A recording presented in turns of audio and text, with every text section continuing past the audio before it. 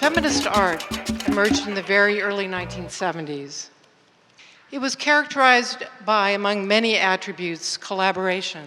The image you are looking at is of members of the AIR Gallery. It was the first women's co-op founded in New York City in 1972. Feminism entered into a cultural milieu that exalted the lone genius. Its innovations, such as group authorship, challenged the very foundations of advanced art. I'm completing a book entitled An Army of Lovers Cannot Fail, A History of the Women's Movement in Art in the 1970s. It tells the story of how movements of social protest in North America and Europe empowered the feminist movement, which in turn, in many ways, not all of them fully understood, transformed the art of our time.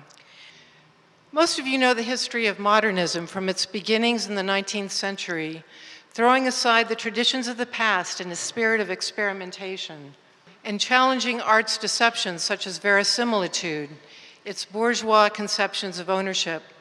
Art, in dialogue with previous art, could be seen as undergoing a process of purification, concentrating ever more on form alone. Under the sway of what became known as formalism, by the late 1960s, contemporary art existed in a kind of idealized vacuum. At the same time, the climate in Europe and in the United States was one of social protest, demonstrating for civil rights, agitating against the Vietnam War, and what was called the military-industrial complex. While artists were increasingly engaged in leftist politics, for the most part, political content did not find its way into art. Although the intellectual difficulty of formalist art, its refusal of the seductions of storytelling and representation, were seen as a political act in itself, a defiance of the marketplace. Civil rights, Black power, gay liberation, the struggles for labor, and Latino and labor rights all had erupted in the 1960s. By the end of this string of liberation movements, women began to realize that they too were a group that might need liberating, an unthinkable notion. Student radicals' girlfriends had been relegated to typing memos and serving coffee. It was universally held that by their very nature, women wished to bear children, nurture, and serve. For a woman to have ambitions was viewed as manly. What is the position of women in SNCC? Radical student leader Stokely Carmichael was asked. The position of women in SNCC is prone. Perhaps because culture was viewed by US society as a feminine activity, male artists felt particular pressure to adopt a virile pose, repressing any attributes that might seem too gentle, including often excluding in female colleagues. What were known as minority artists were also left out of the mix. In the 1960s, even the enlightened were known to believe that Black artists came from a different culture, impeding them from understanding Western art. Nonetheless, New York and European painters and sculptors saw themselves as in pursuit of greater truths and occupying a higher moral ground. It was difficult for them to perceive that they too might be acting unfairly, enacting an oppression identical to that of the bourgeois capitalist forces they saw themselves in opposition to. In 1969, WAR, Women, Artists, and Revolution, the first women's liberation art-related group, emerged and began meeting in downtown New York. This was an incredibly brave act. The women involved were ridiculed. They met to raise consciousness, as it was called, a round-robin process where members shared their experiences uninterrupted, which led to spontaneous revelations about how torments they had experienced in isolation were really part of being a class, that is, woman. The women in war had a sense that things were unfair, but there was no measure. They undertook research. They discovered that only 1 in 20 artists in major New York galleries was female, a far worse ratio than they expected. At the time, women made up more than half the student bodies in art schools. At the Museum of Modern Art, only 1 or 2 exhibitions had focused on a female artist since the museum's founding. In the outside world, this novel demand for rights, at first known as women's liberation, was starting to be called feminism.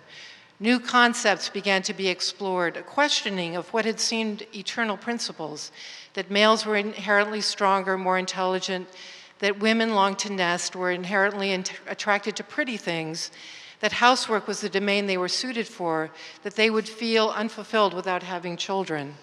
Competition, domination, violence, war, seen as part of the human condition, were newly interpreted potentially as male characteristics. Perhaps there were other qualities associated with women's experiences: cooperation, collaboration, a horizontal rather than a pyramid organizing principle that might be the keys to creating a harmonious new world. In the 1960s, Black Power had proclaimed that Black is beautiful, taking values associated with negritude, notably dark skin color itself, exalting in qualities rejected by society in an act of defiance. Feminists began a similar project, and artists influenced by the women's movement posed the question whether qualities and materials deemed negatives, in women's case, the domestic, the decorative, the merely pretty, might be positives. The 1950s and 60s art world valued high seriousness, the large scale, the tough. Critic Clement Greenberg would denigrate artists he didn't like by calling them interior decorators. In the spirit of Black is Beautiful, some female artists began to experiment with materials associated with domesticity, that dread realm. Miriam Shapiro was a successful New York painter when, following a personal epiphany, she ended up launching a feminist art program in Los Angeles alongside firebrand Judy Chicago. From being a tough-as-nails abstract artist, she began taking materials that a year earlier she would have found trivial: wallpaper patterns, quilts, handkerchiefs, showing the similarities in their abstract patterning with abstract art. In addition to seeking out a new personal language, she saw this new direction as an homage to her own mother, whom she had long belittled in favor of her designer politician father, with whom she had identified professionally. Other artists were embarking on similar projects. Joyce Kozloff examined Navajo blankets and Persian rugs, incorporating their patterns in abstract paintings. This was not simply a matter of appropriating motifs, it was a radical defiance of formalism itself and its dismissal of non-Western, non-white, non-male creations. Elaine Rychek's Laura's Layette, dedicated to her first child, showed, among other insights, how knitting is linked to a rigorous grid as exacting as a Sol LeWitt drawing or Agnes Martin painting. Harmony Hammond took rags given to her by women friends and made assemblage out of them, understanding this act as incorporating her beloved friends in artworks, creating sculptures she called bags. In society, women's work was beginning to be reevaluated. The artist Mierle Ukeles in 1969, after getting a BA in International Relations from Barnard and an MA from the University of Colorado, suddenly found, following the birth of her first child, that people's attitudes towards her changed. "I was put in this box," she said, "of mothers with children, as if they already knew everything about me." In addition, with household demands upon her, she no longer had time to make art, so she decided she would have to call what she did every day art. In the declarative tones of 1960s Marxism, she wrote a manifesto for maintenance art. "Two basic systems," she wrote, "development and maintenance. While part of life was creating, the other part involved maintaining. The spitball of any revolution, who cleans up the next morning?" In 1973, at the Wadsworth Athenaeum in Connecticut, the artist performed maintenance art activities, mopping the floors, polishing vitrines. In an additional act, she requested that for an hour each day, all work done by the exhibition gallery's maintenance staff, with their awareness, be considered art. Modern art, or modernism, could be seen as engaging in a reductivist march. Abstract expressionism of the 1950s had done away with the image. Minimalism had reduced art to its simplest shapes and materials. Conceptual art, which became such a dominant approach in the 1960s and early 1970s, had dematerialized art, reduced it to pure idea. For example, some of Sol LeWitt's conceptual works consisted primarily of instructions so that the same piece could be created by anybody, anywhere. It could have an arbitrary quality to it. In Vito Acconci's following piece, Vito Acconci's from the Bronx, as was Mierle Ukeles, Executed daily over 1 month in 1969, the artist tailed a randomly chosen stranger through the streets of New York until he or she entered a private location. What was the goal of Akanchi's active following spectators? Nothing that could be discerned. Female artists gave conceptual art a goal, often as satire or critique, applying a feminist lens. In fully automated Nikon, Object, Objection, Objectify, Laurie Anderson one June day in 1973, following months of the kind of frustration all attractive young women are subject to, took her camera and photographed men on the street who whistled, catcalled, or made boorish remarks to her. There were 9 that particular day, whom she displayed in a row of photos, their eyes blacked out like perpetrators in a police lineup. The title of this talk is The Impact of Feminist Theory on Contemporary Art. In fact, particularly during the 1970s, early 1970s, theory in this domain virtually didn't exist. Women stumbled forward, groping their way amidst the tumult of ideas coming forth. The art they made was pragmatic, ironic, at times full of rage. But insights were everywhere about subliminal messages given to women by advertisements, about power, about sex and violence. Ana Mendieta was Cuban-born, part of the Peter Pan generation. She left Cuba at age 12, growing up in the American Midwest. She was attending the University of Iowa when, in 1973, a nursing student there was raped on canvas. In response, she staged a series of bloody rape tableaus. In one, viewers entered a room through a door left ajar to confront a young woman, Mendieta herself, bent over a bed, naked from the waist down. She was surrounded by blood. She didn't move, staying in position about an hour. It really jolted them, the artist recalled, recounting that the audience spontaneously sat down and afterwards started talking about what the tableau meant, their feelings about the rape that had occurred. Such performances raising consciousness about a socio-political condition or issue were relatively new in 1973, when art still consisted primarily of painting and sculpture. Even the installation was a novel form. The personal is political, the radical group Red Stockings proclaimed. Women had served as painters, models, and muses, but now were using themselves as their own art material, artist and subject, simultaneously, with full consciousness that they were doing so. Relatively early on, Mendieta began to develop visually powerful works fused with archaeological overtones and sacred traditions such as Santeria. A haunting series of earthworks made between 1973 and 1980, she described as, quote, cave-like silhouettes which I've been carving in land formations. In some, she filled in the contour of her body with rocks, twigs, flowers, blood, or gunpowder, or covered her body with moss blended into the ground, resembling an ancient grave. You know, the other thing that happened at that time was that it began to be clear as things progressed that the body was the site of the kind of difference between men and women.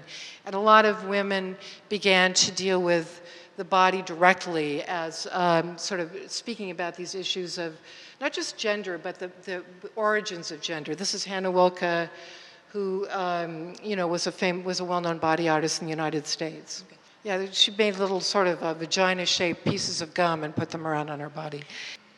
You know, castration anxiety. A lot of artists were turning to Freudian ideas, and this whole idea of, you know, kind of castration anxiety was something that women were sort of making fun of a little bit.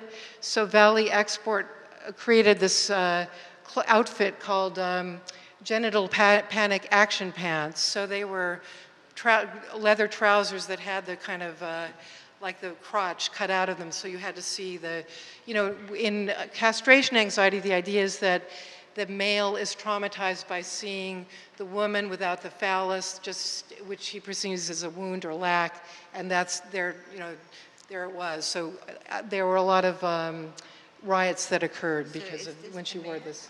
Taking things and turning them in the opposite direction, Carolee Schneemann was also a performance artist that had worked in the Fluxus movement of the 1960s and did a lot of body art, naked, you know, at work at that time.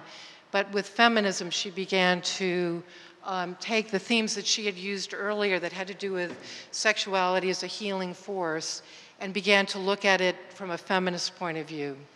And her idea was that the vulva was the source of power, and that, that she saw it, she wrote a lot about the vulva as kind of both masculine and feminine, and kind of linking it to elements of, in a way like Ana Mendieta, to the earth, kind of archaeological themes. And in this piece, she actually, the vulva is the site of knowledge, let's say. And in this piece called Interior Scroll, she actually extracted a long text from her vagina and then read it. Faith Ringgold was another very interesting artist that was very important in bringing consciousness to the fact that women and blacks were left out of the dialogue, and she did a lot of very important feminist work early on. This was a piece that she did at the women's prison called, at Rikers Island in New York City. Also really important in the whole feminist trend was an artist called Judy Chicago. And one of the ideas that was coming into the fore at that time in the 70s was this idea of woman as other. And I'm not, I'm not sure how familiar you are or not with Simone de Beauvoir's Second Sex, but that was sort of her main point, was that there was, in every society there is there's a subject, and then there's like the other that is set up in opposition to that. And that, women traditionally have played that role.